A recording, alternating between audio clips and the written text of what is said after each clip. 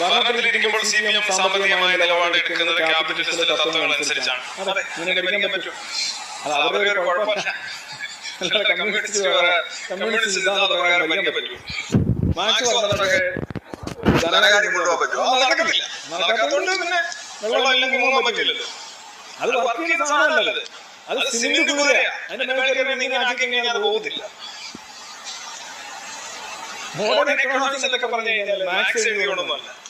Maximum അതിനകത്ത് കുറെ കുറ്റവും കുറവുകളൊക്കെ കണ്ടെത്തി കുറെ കാര്യങ്ങൾ പറഞ്ഞു. ശരി, അന്നത്തെ കുറെ സാഹചര്യങ്ങളും തൊഴിലാളികളുടെ അവസ്ഥയും ഫാക്ടറി സിസ്റ്റത്തിന്റെ ബുദ്ധിമുട്ടുകളും മറ്റു കാര്യങ്ങളൊക്കെ വെച്ചുകൊണ്ട് ഹെറാക്ലിറ്റസും ഹെഗലും എല്ലാം കൂടെ എടുത്ത് വെച്ച് മാക്സ് കുറച്ച് കാര്യങ്ങൾ പറഞ്ഞു.